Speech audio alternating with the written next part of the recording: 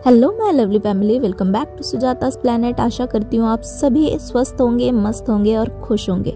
चलो साथ में घूमते हैं। छुट्टी का दिन था तो प्लान बना कि भीमा शंकर ज्योतिर्लिंग के दर्शन करने जाना है। तो सुबह सुबह 7:30 बजे कैब बुक कर लिया, रेडी हो गए और निकल गए मुंबई से भीमा शंकर मंदिर जाने के लिए, जो कि है मुंबई से 206 किलोमीटर दूर। ये पुणे डिस्ट्रिक्ट में आता है मंदिर। अगर वहाँ पे बस से ट्रैवल करना हो तो पहले पुणे या फिर मंचार जाना पड़ेगा, वहाँ से फिर लोकल बस लेकर आप भीमा शंकर जा सकते हो। ट्रैवलिंग में लग जाएंगे करीबन 6 से 7 घंटे, इसीलिए मैंने सामने की सीट हड़प ली ताकि इतना सुंदर सा व्यू देखते हुए जा पाऊँ, क्योंकि पीछे बैठ के तो इतना सुंदर व्यू नहीं दिखाई देगा।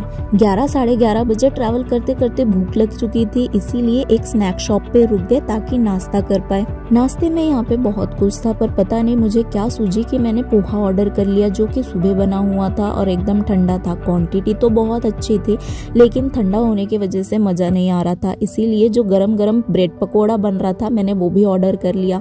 ब्रेड पकोड़ा और थोड़ा पोहा और चाय के साथ मेरा नाश्ता कंप्लीट हुआ। नाश्ता कंप्लीट करने के बाद हम आगे का सफर तय करेंगे। यहाँ से और 4-5 घंटे का ट्रैवलिंग करना बाकी था। हमारे कैब वाले भैया बहुत ही स्लो चला रहे थे गाड़ी, इसलिए थोड़ा टाइम ज़्यादा लग रहा था, लेकिन कोई बात नहीं। आसपास इतना सुंदर नज़ारा देखते हुए जाने का मज़ा ही अलग आ रहा था। थकावट तो हो रही थी, लेकिन व्यू देख के सब थकावट दूर हो जा रही थी। कुछ दूर जाने के बाद एक जगह पे बहुत सारी कार रुकी हुई थी और बहुत लोग फोटो खींच रहे थे, तो हम लोग भी रुक गए कि क्या है यहाँ देखने के लिए। तो वहाँ पे एक डैम था और इतना सुंदर सा व्यू था, जो कि कैमरे में दिखा नहीं पा रही हूँ, लेकिन बहुत सुंदर व्यू है।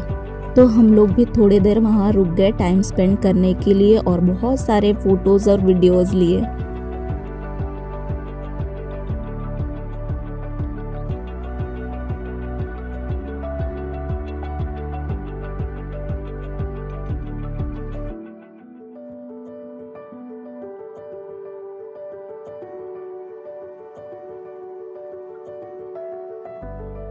कुछ समय बिताने के बाद हम लोग निकल चुके थे आगे के सफर के लिए।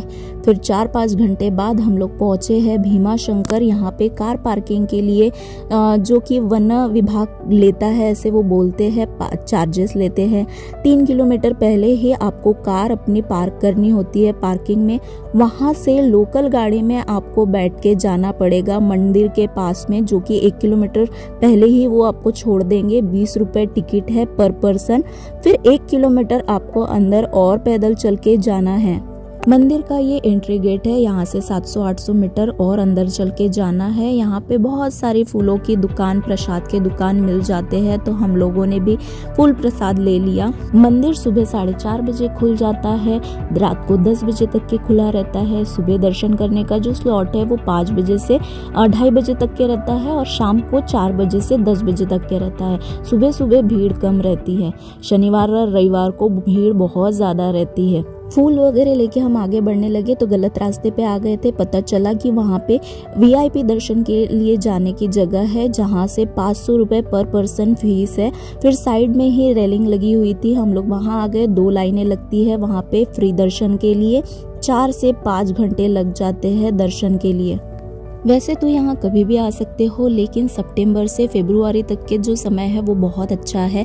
बारिश में आना अवॉइड करना, क्योंकि बहुत बार रास्ते खराब होते हैं।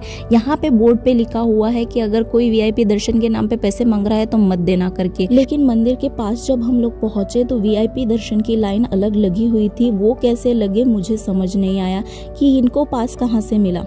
मंदिर में शॉर्ट ड्रेसेस या फटी जीन्स या शॉर्ट्स अलाउड नहीं है, इसीलिए नॉर्मल कपड़े पहन के आना। और मंदिर में मोबाइल अलाउड नहीं है, इसलिए मैं अंदर का नहीं दिखा पाई।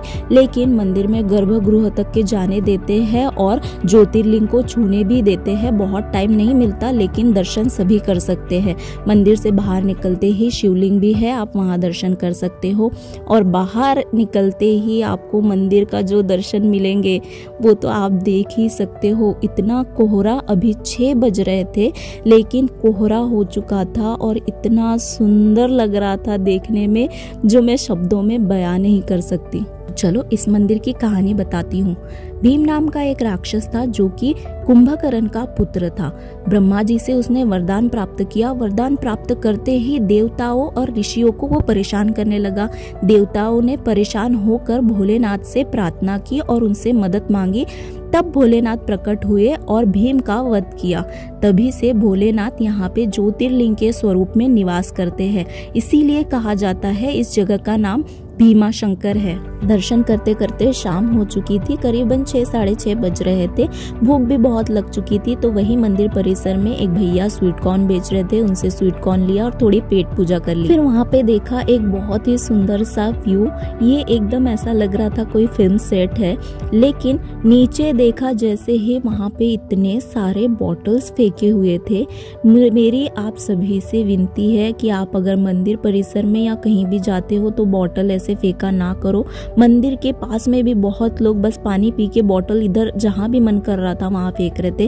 कृपया ऐसा मत किया करें।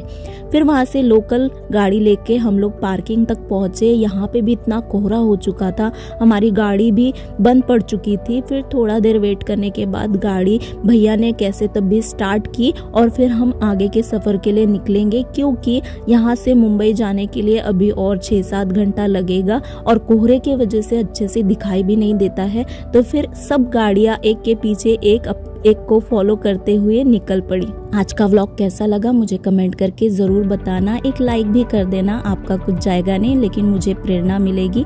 मिलती हूँ मैं आपसे अगले वीडियो में, तब तक के लिए अपना ध्यान रखिए, खुश रहिए। हर हर महादेव।